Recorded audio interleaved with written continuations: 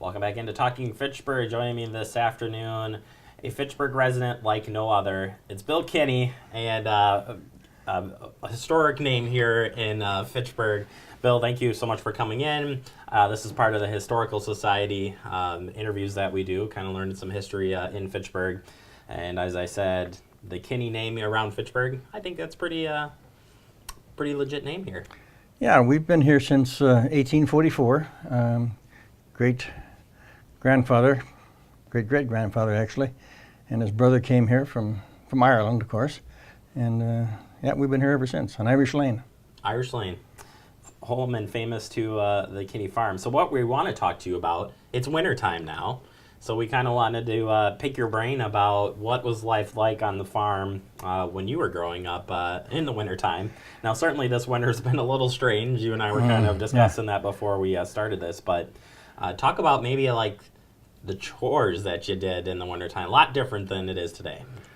Yeah, back in those days, back in the 1940s, when I was growing up on the farm, it was a matter of getting up at 5:30, going out, and getting the cows ready, get them milked, get the barn cleaned up, throwing down silage out of the silo. Of course, we didn't have silo unloaders in those days, so we had to get it up with a fork. And usually, if it was cold enough, it'd be frozen to the sidewalls of the silo. So it was a problem. But you had to do it. The cows had to eat, and of course, give them hay out of the hay mow too. This is my lack of knowledge of farming, but in wintertime, how do the animals respond to the cold weather and stuff? Do you keep them indoors? Like, how's that work? Well, we normally let the cows out for a while after milking while we clean the barns. If it was a really cold day, they'd be out just momentarily, just not more than maybe 10 minutes or something. Because, the cold affects them, certainly. Absolutely. What was the standard farm get-up, if you will? What were you wearing when you were doing the chores in wintertime? Well, of course, you had to wear not long underwear, but you needed to wear bib overalls, of course, and a jacket of some sort. In the barn, it was fairly warm. It was probably 40 or so most of the time. The drinking cups for the cows, where they got their water, would freeze on the north end of the barn once in a while on really cold, windy days, or nights. But otherwise, it was not bad. I was just going to ask you about pipes freezing and stuff. Yeah. There's definitely different techniques now with insulating pipes and whatnot, but how'd you guys handle that? Well, we got some hot water from the house, or from the milk house actually, and came and poured on the pipes and thawed them out. So, gosh, and how long would that take? Well, not very long. It was only two of them would freeze, one on either side on the north end of the barn. And you don't really cut the water off to the barn in the wintertime. Oh, no, no. The cows got to drink water. Absolutely. Mm-hmm. Any other cold memories that you have of growing up on the farm? I mean, tractors didn't have covers on them, I would assume. No. Yeah, hauling manure was out to the field was an adventure, because the problem with the hauling manure with a tractor is that as the load becomes less, and as it moves back to the widespread, you have no weight on the tractor then, so you don't have much traction. So if you get into anywhere deep snow, a foot or more, well, you're probably not going to go. And that's why we had horses. We had horses until 1950 to haul manure with, until we got a bigger tractor. Really? Yeah. The horses hauled manure, planted corn, and that was about it. Maybe cut a little hay once in a while with the horses, but. Well, speaking of the corn side, how many rows were you able to plant at a time? Two. Two, yes. Oh, yeah, two. And how many acres? We had 140. Was that days of planting then, or It took Dad a while, yeah. Wow. Yeah. I cannot imagine. Yeah. Now, what do they have, like 20, or, it's just whatever, yeah. Yeah, way out of control there. Well, another component, leaving the farm, as a kid, you had to go to school. And I'm just going to guess here that walking uphill 1,000 miles through deep snow may apply. No, not really.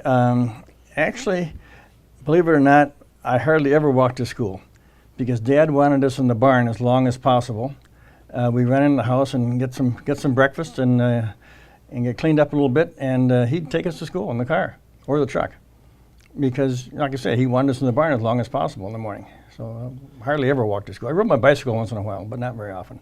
So at least you got through the winter times. Oh yeah, it wasn't that bad. Yeah, but once you got to school, that was another matter then. And that's exactly what we're going to dive into here, because you and I talked about this when we were kind of planning this out, and this is pretty impressive stuff here. Well, yeah, it was. We had one room, of course, one big room inside. We had two little rooms outside that marked boys and girls, but so that was what I called a three-room school. Some people might call it a one-room school, but we had one teacher. I had the same teacher for 8 years, Mrs. Schadiger. She put up with a lot. We had anywhere from 13 to, I think the highest is 23 kids 1 year in 8 grades. But yeah, we had initially when I first got there, had a pot-bellied stove. Didn't have any running water. We had to haul water from Gorman's across Fish Hatchery Road. The school was on the corner of Fish Hatchery and Whalen. The building is still there. It's a house now. Somebody lives in it. Mm-hmm. But in the playground, yeah, we go out to play, and of course you got to play football. And if you play football, you got to play tackle football. And there was an old school in the front yard of the current schoolhouse that was torn down back in I think in the late teens, around 1920 or a little before. But the foundation's still there. So those rocks are right even with the ground, and when you play tackle football on an old foundation, it's not good for the knees and the nose. But anyway, we got through it. You're still walking today, so that's, right. That's a theme there. I just can't imagine 8 grades, you said, with the same teacher. How did that work then with different... Like, did kids come at different times for different levels? Like, how did that play out? She had a little table up in front where you had your class discussions. First and second grade would be together, third and fourth, fifth, sixth, seventh, and eighth together. So there's 4 different groups that you'd have up there, and for all the different subjects, whether it be, arithmetic, spelling, English, whatever. Whatever it was, yeah.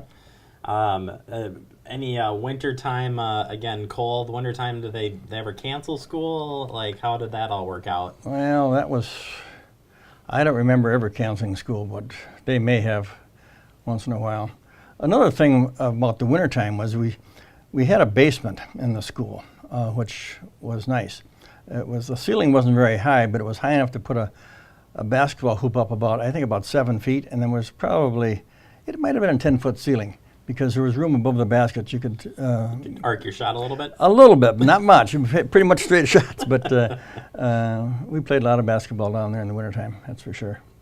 That is, I just can't even imagine. Again, amazing stuff. Lots of history there. Bill, I appreciate taking the time, and enjoy the warm weather now. Certainly have deserved it. So yeah, we don't need the rain, though. We better have snow than rain. Just a tiny bit. So so pre-taping this, kind of raining today, and a little bit of flooding out there. So it is. But Bill, I appreciate you taking the time, and hopefully we can get you back on the show, pick your brain of farming in Fitchburg as it goes. Okay. All right. We'll take a quick break and wrap up the show next. This has been Talking Fitchburg.